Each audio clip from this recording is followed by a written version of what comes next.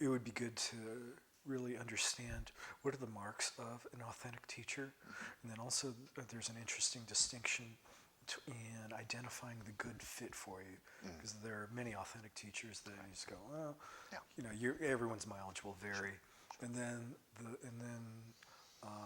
the other borderline case of authentic teacher but incompetent, or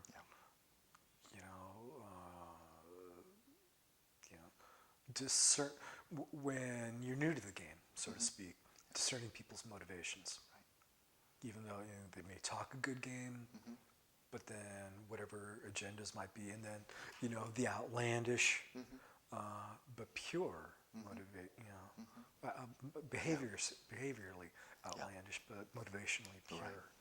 And your take on that would be really wonderful. Yeah. Quite a kettle of fish. Yeah. I mean, I know you're tight on time, but there are classic descriptions in the Buddhist literature on different echelons of practice. I'm just curious your personal take. Yeah. So there are those, and they're good guidelines. I mean, to be a qualified teacher in the early Buddhist tradition, as a monk, for example, certain qualities. And then there's classic descriptions of what are qualified teachers in the Mahayana, and then classic descriptions within Vajrayana, and so on. And as so many teachers say nowadays, that teachers replete with all of those qualities are very, very rare. And you want to then have no teacher, because you can't find a teacher that you're convinced has all of the qualities, according to the classic accounts. You might just then wind up impoverished, because you've set your standards so high. And so it is often said that we're living in a degenerate era. And if we look at the latter part of the 20th century, we see this was a total holocaust for Buddhism throughout Asia, and under the hands of multiple regimes: Vietnam, China, Soviet Union, Cambodia, and North Korea, and so forth and so on. So it was the worst of all centuries for Buddhism since the time of the Buddha, in terms of just the sheer, in Mongolia, another place, in terms of sheer genocide, holocaust of Buddhist civilization. And so Buddhism, the Buddhist community, has suffered terribly as a result of that. Many, many great teachers were perished, and many teachers have not been cultivated because the conducive circumstances have been wiped out. So bottom line, and this is right from my own teachers, is that if one is really intent on seeking instruction, not being satisfied with just getting good books and reading them, but really is looking for some personal guidance and maybe wishing to establish a relationship with a teacher, it's important to find a teacher who has greater experience and knowledge than oneself in Buddha Dharma, knows it better, has greater experience. If not, find somebody else. I mean, that's just common sense. But that's not sufficient. But greater than oneself, if one's a rank beginner, is not talking about His Holiness Dalai Lama or Dujun Rinpoche or Galwa Karmapa. You don't necessarily need a Nobel laureate when you're trying to learn how to add and subtract. And so finding a teacher who has greater knowledge and experience, that's crucial. But another crucial one is that person must have a motivation of altruism. Really wish to be of service. That should be the overwhelming motivation. Not fame, not money, not all the other stuff it could be. It should be primarily one of wishing to be of service. If the teacher has those qualities, you just sense, and it has to be intuitive, but it's also observing behavior, listening to voice, being critical. What's this person's shtick? Is it altruism or is it something else? And if one has a sense by watching a person over some months or even years, this person really seems to be trying to do good in the world, trying to help people. That's a good thing. And this person then, by observing, listening, testing, putting into practice, this person know what he's talking about, he or she. Let's say it's she now. Does this woman teacher, does she know what she's talking about? Does she really practice what she's teaching to the best of her ability? Is she serious? And then one can ask also, is this woman teacher, is she helping people? She may have knowledge, she may have experience, she may be wanting to help. Does she actually help? There's no guarantee.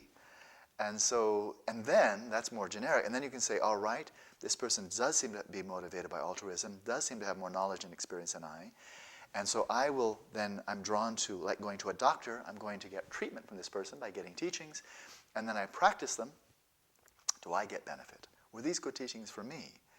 And is there any sense of kind of a blessing, like feeling blessed, feeling inspired, inspired is a good word, but feeling aroused and enthused in practice by being with this person, taking this person as an example? If so, then these are all green lights. right?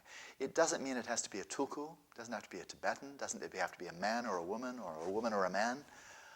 It may be somebody really quite like oneself. It may be a person who doesn't have an enormous amount of knowledge or deep, deep experience or profound compassion. But if the person is a bit further on the path than we are, that is sufficient. But there are, to boil that down, greater knowledge and experience, motivation of compassion, altruism. If the person doesn't have both of those, keep on looking. Get a good book. As one of my yoga teachers said, better have a good book than a bad teacher. Now, having said that, then there are extraordinary teachers that one might have only infrequent contact with. Not many people can just hang out with His Holiness the Dalai Lama or Gyawa Karmapa and so forth. And so these people may give you kind of like a great infusion of inspiration and tremendous blessing with them, but it might be only once every year or every 2 or 3 years. Whereas you have other teachers that you may be able to live in your neighborhood and hold weekly meditation classes and lead retreats and so forth and so on. And so I'll now speak really from a traditional Tibetan Buddhist perspective, which I embrace. And that is the challenge of practice here is to cultivate the sense of devotion to the teacher. Not just for the great teachers who are the great tulkus, the great beings who are have international renown, but to develop a similar, comparable sense of reverence and devotion to the teachers who are there for you on a weekly basis. They're your spiritual friends. Because they're the people, when all is said and done, they're the people who are really serving you your meals. The other one may give you a gourmet meal every 3 years, and the other one's giving you your veggies and your carbs and so forth every single day, every single week. And that is a relationship of immense value. And to treat it with reverence, even if the person seems to be very much like yourself, not some exalted being that you just want to immediately fall on your face and start bowing to. This is really mature practice. And now when we couch it in that way, we see we're not talking about idolatry here. It's easy to idolize a person like the Dalai Lama or Mother Teresa or Nelson Mandela, for example, or rock stars for that matter, because they're so radically unlike ourselves. But it's not mature. In Buddhism, the type of guru devotion that is mature is not just idolizing a person for his or her charisma or personal qualities, but it's really now in the Mahayana, the Vajrayana context, the profound, the place where your faith comes to rest and says, I'm home, is Buddha mind. It's dharmakaya. It's the true Buddha. The true Buddha is the Buddha's mind. It's dharmakaya. And I'm speaking out of Mahayana context. And that's where the faith is really anchored. That's the wellspring of blessings, the wellspring of the Dharma, the wellspring of all the Buddhas. And the blessing that you're getting from all your teachers is coming from the dharmakaya. It comes from the chirping of the bird in the trees. It comes from chance encounters. It's in Vajrayana, it's the whole world is arising as a manifestation of dharmakaya.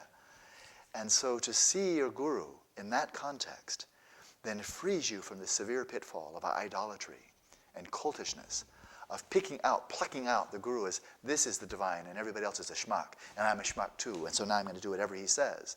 But seeing the whole of reality as a manifestation with this pure vision of Vajrayana, seeing the whole reality as a manifestation of the divine, and here, like sun rays coming through a magnifying glass, the sun rays being everywhere, but through the magnifying glass it's especially bright and it has the power to ignite. The guru is the magnifying glass of the blessings of dharmakaya. And so if you were right now my guru, for example, and I were practicing good guru devotion, I would look upon you with reverence. I look upon you with faith as the Buddha himself. But I'm not idolizing Greg. Greg is an individual here, and you probably have limitations. You could be my teacher. Safe bet. Say Ben? No, I said safe bet. Safe bet. But the teacher doesn't have to be a Buddha in terms of how the person manifests. What you're focusing on is not the Dalai Lama who's interested in mechanics, technology, and blah, blah, blah. You're looking through the facade. You're looking through the personality. And when you look at the Dalai Lama, I'll just use that one, the Dalai Lama. Imagine you're the Dalai Lama looking at it right now. Am I thinking, oh, he really is fluent in English because all the Buddhas know, are omniscient. He's really fluent in English. Why should I do that? When he sometimes speaks bad English. I don't need to contort my mind into that kind of situation.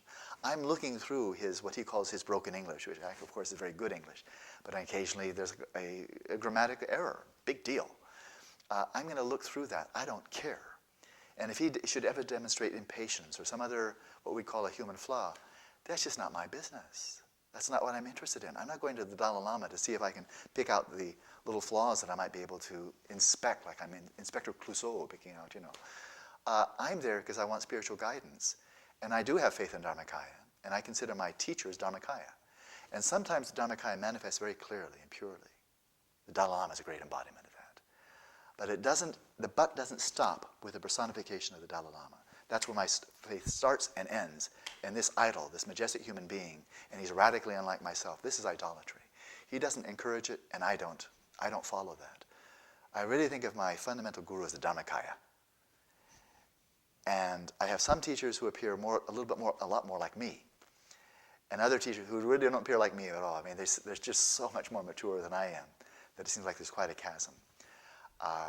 But all of them, equally, with one taste, can be bringing to me the blessings of dharmakaya.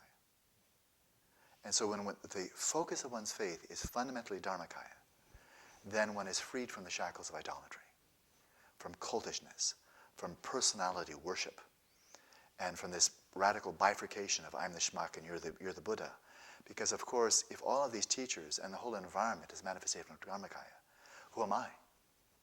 Well, I may be clinging to my limitations and my virtues and my vices and all of that, but my own nature is actually non-dual from the Dalai Lama's nature. And I think you know by now when I'm saying that I'm not exalting myself, as my nature is the same nature as the cricket and the lily, and the hummingbirds and the trees. Buddha nature saturates all. And if one doesn't have faith in that, and I'm not demanding anybody has faith in that, but if one doesn't have faith in one's own Buddha nature, and if one doesn't have faith in dharmakaya, then I think one should have a very lightweight practice of guru yoga, and just regard the Buddha as one's teacher, as an emissary of the historical Buddha. That would be sound. But do not look upon your guru as a Buddha if you don't have faith in Buddha nature and dharmakaya. Because if you don't have faith, you're going to fall into idolatry. About pretty much guaranteed. Whereas when it has that depth, then it's freeing and it's liberating, and it inspires you to draw out your own Buddha nature, so that your mind, not only in imagination but in reality, you actually realize the non-duality of your mind with your guru's mind, with a Buddha mind, and that's when you're a Buddha.